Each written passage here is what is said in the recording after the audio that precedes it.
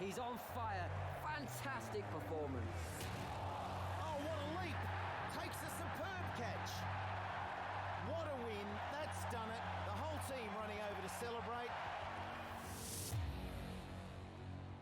Welcome, of course, everyone, to Australia and England. We're continuing sort of off the back of the Ashes. And I'm going to be doing every Friday, I'm going to be doing one of these longer form games, or short form, I guess, in the ODIs here. England and Australia, we've got 4 weeks before the Australian summer sort of officially kicks off.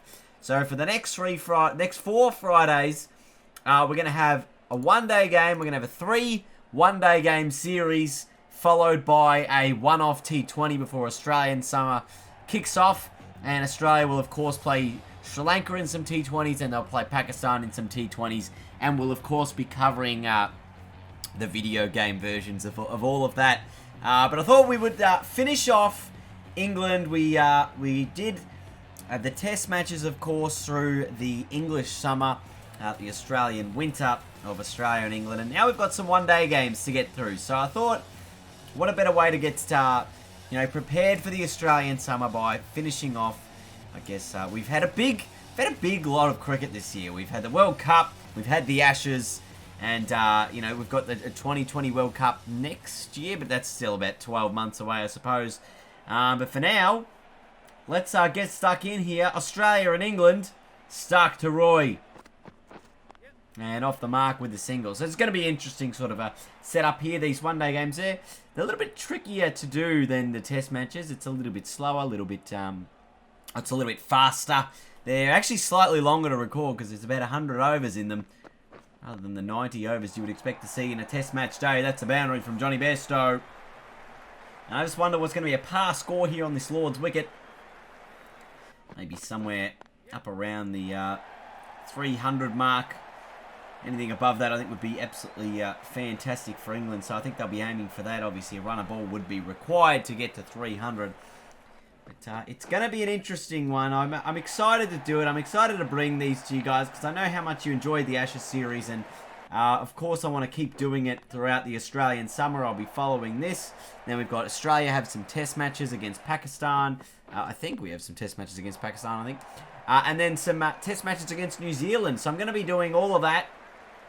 And sort of going through the schedule of the Australian summer in this format of playing out through the entirety of the game and then cutting it together and putting it together. That's a good squaring up delivery here. But England have started this match well. Bairstow and Roy, they've gone at a reasonable rate, just above 5 and over. I can't speak for these opening sort of 6 overs here in this power play, and without losing a wicket. So that is probably the more critical thing to look out for here, is that they haven't lost a wicket yet, and they're still going quite well. There's a thick outside edge from Bairstow as that goes away to the boundary again. But what are you guys going to think of these one-day series? I want you to let me know in the comments down below, because we're going to be having a three one-day games, and then a one-off T20 with Australia and England before we get into the Australian summer. So these are going to be coming out every Friday, as I said.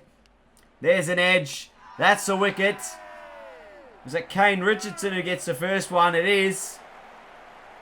Oh no, it's Jai Richardson. Oh my God. The number of times I messed that up in earlier on in the year before the World Cup was quite extraordinary. It's Jai Richardson. Forgive me, please. But he gets the first wicket. England won for 64. After 29 runs there from Jason Roy. So it brings Joe Root to the middle. And we'll see what he can do. Oh, he's hit it straight to cover. Joe Root goes for a duck. Oh, dear. So 2 wickets pretty quickly for Australia. Marcus Stoinis getting this one. After Australia's first change bowlers getting the breakthrough. That's something we saw, I guess, a lot in the test matches, is England got a lot of first change wickets, with sort of Archer and Stokes being their first change from Wokes and Broad throughout those test matches that we played through here. If you didn't see that Ashes series, I highly recommend you go over to it and check. They went through 1 video per day's play. It's basically how it worked, and that's what I'll be planning on doing again for the Australian summer. As, we look to see how that goes. Because I think it's going to be a very good Australian summer. I'm excited for it. The weather is finally starting to heat up here in Australia. Today it was around about... Oh, no, that's a drop catch. Jeez, I was going to say almost a wicket, but I'll keep going in just a moment here. We might have a look at this drop chance again. Or no, Marcus Stoinis gets to continue. Very next ball, edge, and this time taken, so no damage done. There for Marcus Stoinis. They get the breakthrough again, Australia.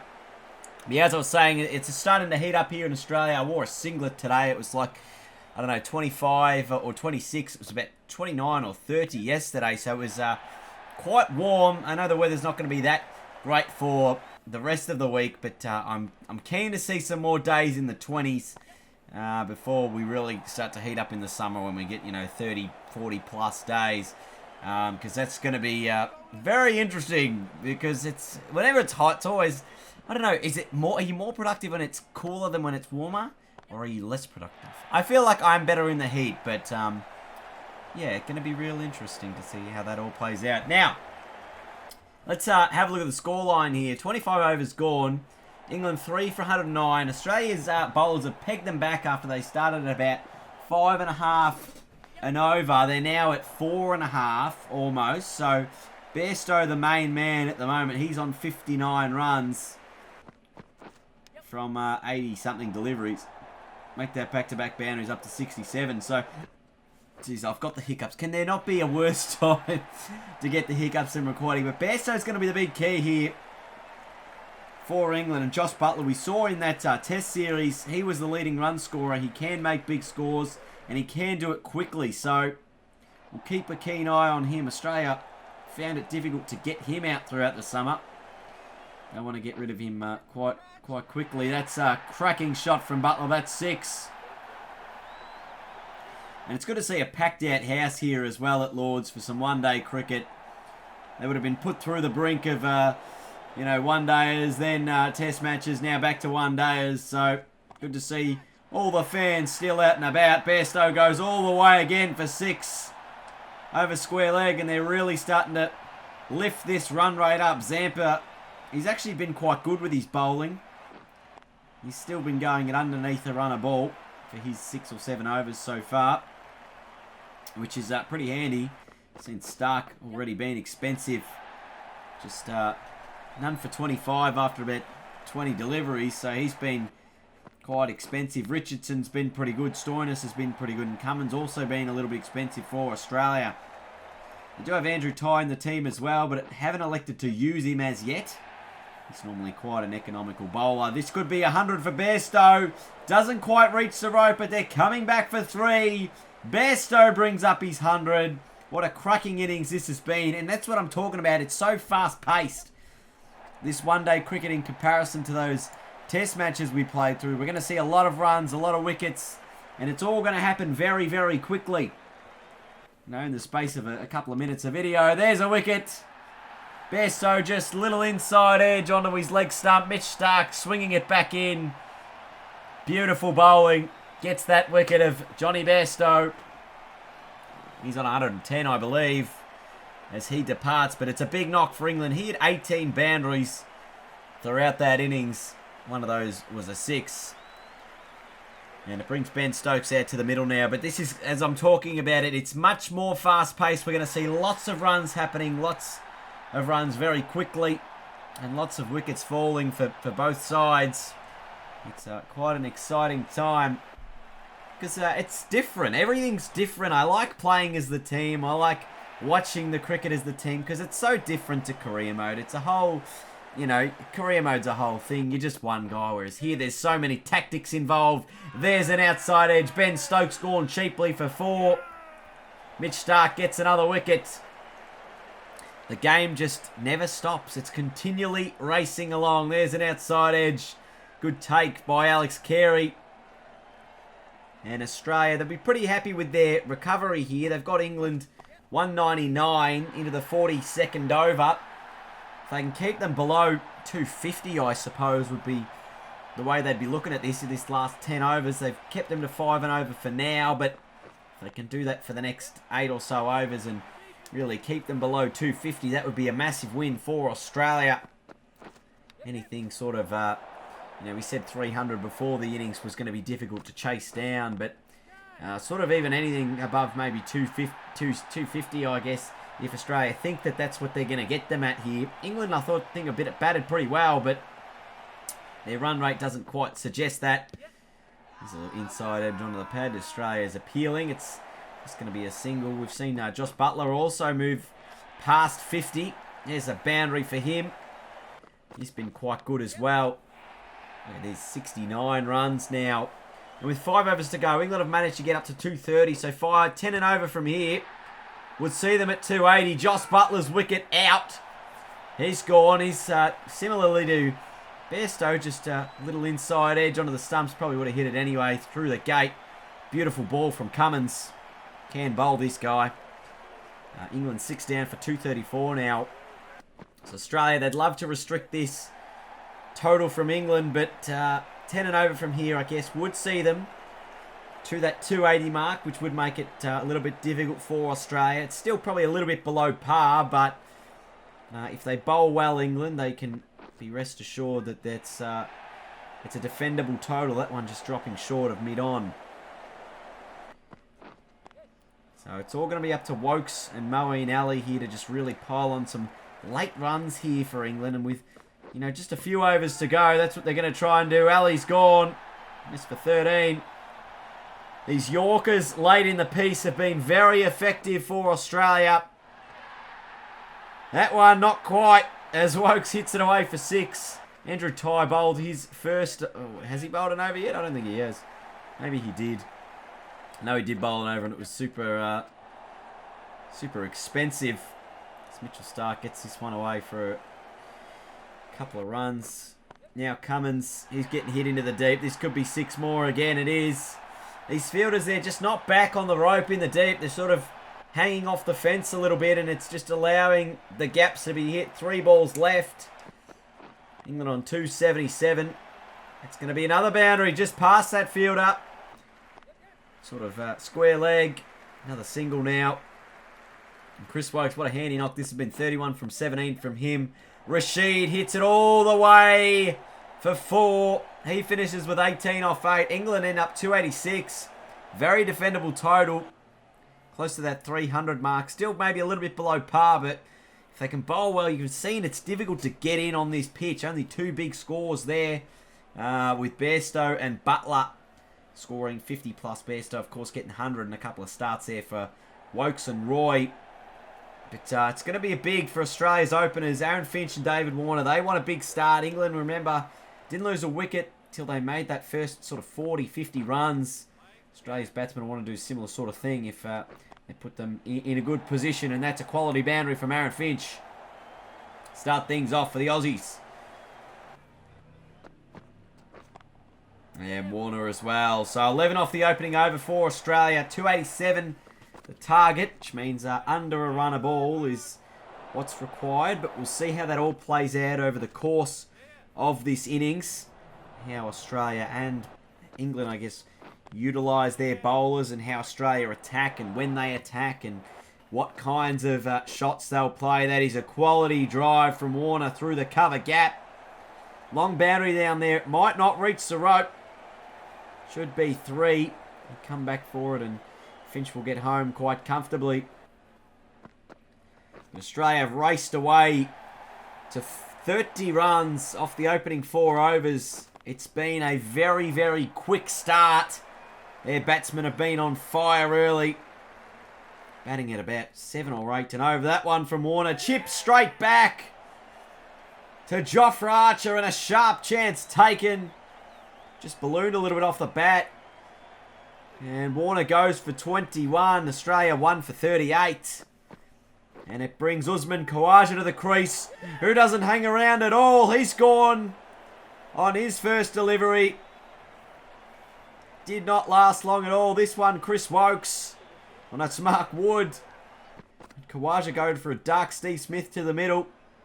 And he hits a boundary pretty early on. So again, it's the game continually moving. It's a quick game. It keeps going. Australia, you'd still think, with this fast start, they're in actually quite a good position. There's a shout from Archer on Finch. No wicket. Australia brings up their 50 now. But what a start for Australia here. They've hit their 60 runs from just 7 overs. What's that? 9 and over almost. It's been quite a quick start for the Aussies. Losing 2 wickets, obviously disappointing. They've got their main man in Steve Smith out at the middle. He knows how to hang around at the crease for a long time. The spinner on. Aaron Finch in good form as well. That's over the top. That'll be 4. So Australia at this rate should be able to chase it down. Steve Smith, not sure what kind of shot he's playing there.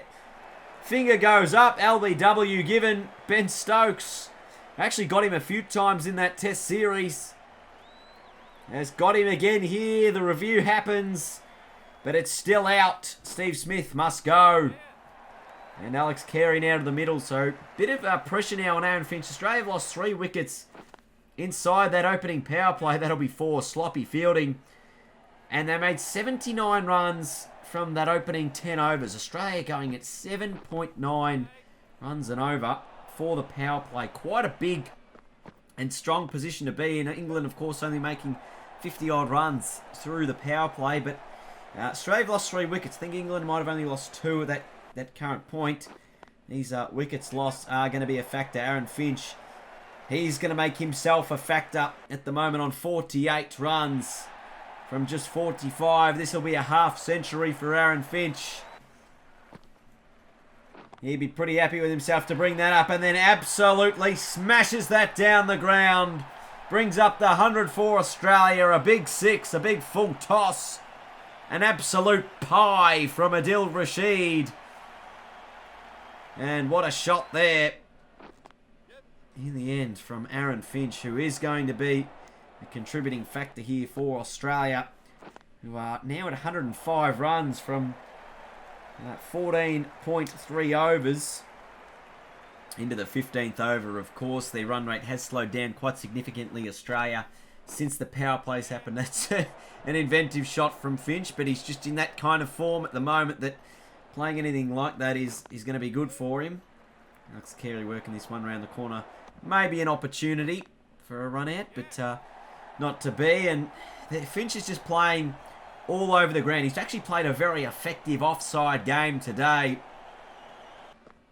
We might have just seen a lot of his shots being scored in the offside. It's the channel that England have bowled to him, but he's been quite good. We know he's quite susceptible to getting out sort of LBW on that front pad, but the way he's gone about it outside his off stump today has been first class. And Alex Carey also has done quite well since coming in. We know he's Australia's probably one of their best and most consistent one-day batsmen at the moment. Thoroughly deserves his spot as the wicket keeper there. That one from Finch, almost an opportunity, not quite carrying to the man. Sort of at 3/4 of a mid-off or a long off. Alex Carey, he wants to get in on the boundary hitting action, and he's smashed that down the ground for 6.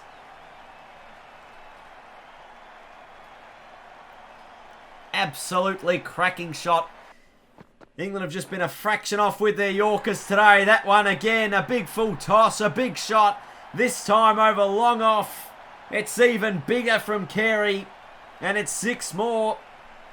So he just takes a lot of pressure off Aaron Finch by hitting these boundaries. And Australia very much in the box seat now. 2 guys in relatively good form, but Aaron Finch going to go. It's Moeen Ali. This one just not bouncing a lot. Have a look at how low that one stayed. Barely half stump height.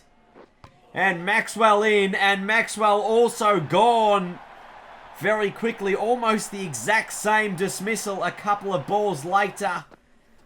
And Marcus Stoinis also not hanging around at the crease.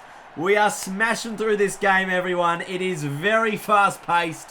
Australia looked in charge. Now England, 3 quick wickets. All bowled as well. So we might see some change in how things are going about it. That is a cracking shot from Alex Carey. He's not going to get a run for it. And now all of the pressure piled onto him. Australia playing 5 bowlers here. will mean Cummins, Stark, Ty, Richardson and Zampa to come with the bat. So there's not a lot left for Australia. Alex Carey, that's 50 up for him. And it is going to be a lot of responsibility on him to bat with the tail end here. So is this decision of Australia's to go with the 5 bowlers going to cost them, especially the fact Andrew Ty only ended up bowling just the 1 over for Australia. This is a free hit for Alex Carey. He's gone all the way. Would have been for 6. A fantastic catch on the boundary rope. Saved 5 runs there for England and kept Alex Carey to just 1. And now Pat Cummins, a lot of pressure on him as well. We know he can bat. He's bat quite well in 2020 cricket. That's a wicket as well. Alex Carey going to go. And he's just played that shot the complete wrong line. And he's the one on his bike. And now it's definitely all up to Australia's bowlers. They're certainly on target with the run rate. It's just whether or not they can hang around for long enough. As Cummins hits another boundary. We've seen how good Cummins is in 2020 cricket for the Sydney Thunder. This time it's not to be. Trying to hit over the top down the ground just after Australia bring up their 200. Cummins just chips it sort of straight to mid-off. Now Zampa getting a free hit. He'll hit that one for 4.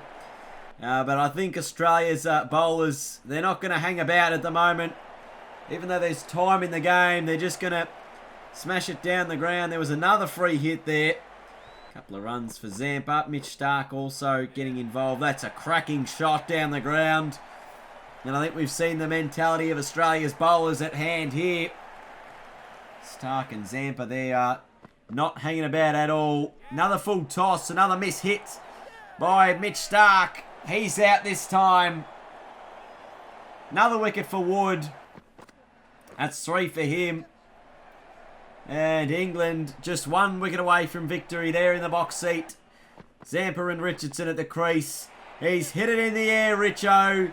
It's going to be taken by the captain, or Joe Root, who's the test captain. And England are going to win the first match in this 3-match series. They did not win the Ashes, but they've got their noses in front here of this one-day series. Johnny Bairstow, the player of the game, for his 110. Lots of even spread between the bowlers. Mark Wood, the only bowler to take more than 2 wickets. He got 3 for 49. Ali, Wokes and Archer, a couple each for the Aussies. Stark, Stoinis and Cummins all got wickets.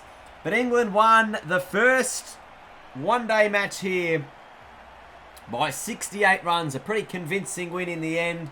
Their bowlers bowled well. Their batsmen, Australia's batsmen, of course, not getting the job done. I wonder if that'll change any selection things going into that next one-dayer against England, which is, of course, coming up next Friday, everyone.